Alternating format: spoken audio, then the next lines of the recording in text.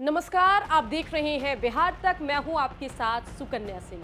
बिहार विधानसभा में आरक्षण संशोधन बिल पास हो गया है। बिहार सरकार बिहार में आरक्षण का दायरा 50 से बढ़ाकर 65% करने की कोशिश में जुटी है। आइए जानते हैं उन राज्यों के बारे में जहां पहले से मिल रहा है बम्पर आरक्षण। सबसे पहले हम बातचीत करते हैं तमिलनाडु की।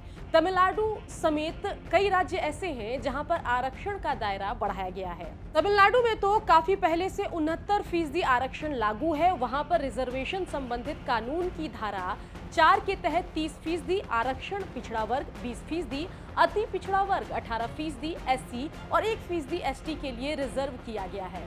तमिलनाडु रिजर्वेशन एक्ट 69% रिजर्वेशन की बात करता है, जिसे लेकर कोर्ट में याचिका भी दायर की गई है।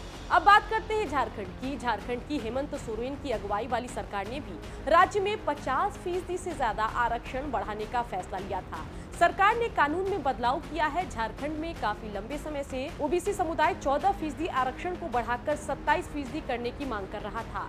विधेयक के मुताबिक एसटी आरक्षण 26% से बढ़ाकर 28%, ओबीसी आरक्षण 14% से बढ़ाकर 27%, एससी आरक्षण 10% से बढ़कर 12% और ईडब्ल्यूएस आरक्षण 10% रखा गया है और राज्य में कुल आरक्षण 77% है। कर्नाटक में भी आरक्षण की सीमा 56% हो गई है। इसी साल चुनाव से पहले कर्नाटक सरकार ने अनुसूचित जाति के लिए आरक्षण 15% से बढ़ाकर 17% और अनुसूचित जनजाति के लिए आरक्षण बढ़ाकर 3% से 7% कर दिया है। कर्नाटक सरकार ने मुसलमानों के लिए 4% आरक्षण खत्म कर दिया है। उन्हें अब 10% आर्थिक रूप से कमजोर वर्ग यानी कि ईडब्ल्यूएस श्रेणी में ले जाया जाएगा। मुसलमानों का 4% कोटा अब विकलांग और लिंगायत को दिया जाएगा, जिनके लिए पिछले साल बेलगावी विधानसभा सत्र के दौरान 2C और 2D की 2 नई आरक्षण श्रेणियां बनाई गई थी।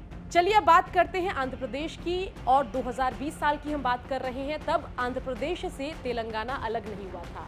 जनवरी 2000 में आंध्र प्रदेश सरकार ने अनुसूचित क्षेत्रों के स्कूलों में शिक्षकों के पद के लिए अनुसूचित जनजाति के उम्मीदवारों को 100% आरक्षण देने का फैसला लिया था। इसके लिए तत्कालीन गवर्नर ने आदेश भी दिया था। सुप्रीम कोर्ट ने उस फैसले को असंवैधानिक ठहराया था।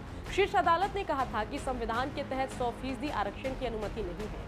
कोर्ट ने यह भी कहा था कि इससे एससी और ओबीसी भी प्रतिनिधित्व से वंचित हो रहा है। ऐसा ही प्रयास किया था, जिसे 1998 में सुप्रीम कोर्ट ने खारिज कर दिया था। हालांकि बाद में सीएम जगन मोहन रेड्डी ने ऐतिहासिक फैसला लिया। अब आंध्र प्रदेश ऐसा पहला राज्य बना है जिसने अपने 75% प्राइवेट जॉब्स में लोकल युवाओं के लिए सीट रिजर्व कर दी है। महाराष्ट्र में भी मराठा आरक्षण की मांग काफी लंबे समय से हो रही है। राज्य सरकार ने 2018 में मराठा समुदाय को 16% आरक्षण देने का फैसला लिया था। सरकार के इस फैसले को बॉम्बे हाईकोर्ट में चुनौती दी गई थी। कोर्ट ने जून 2019 में आरक्षण के दायरे को 16% से घटाकर शिक्षा में 12% और नौकरी में 13% आरक्षण देना तय कर दिया था।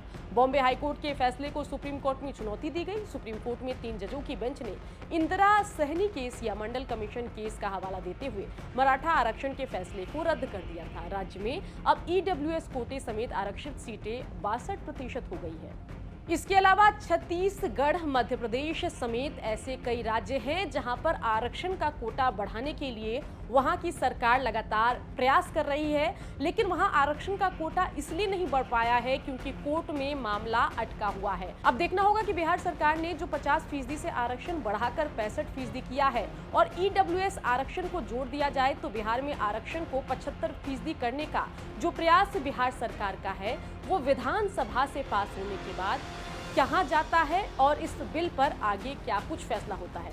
बिहार की खबरों के लिए आप बने रहिए, देखते रहिए बिहार तक।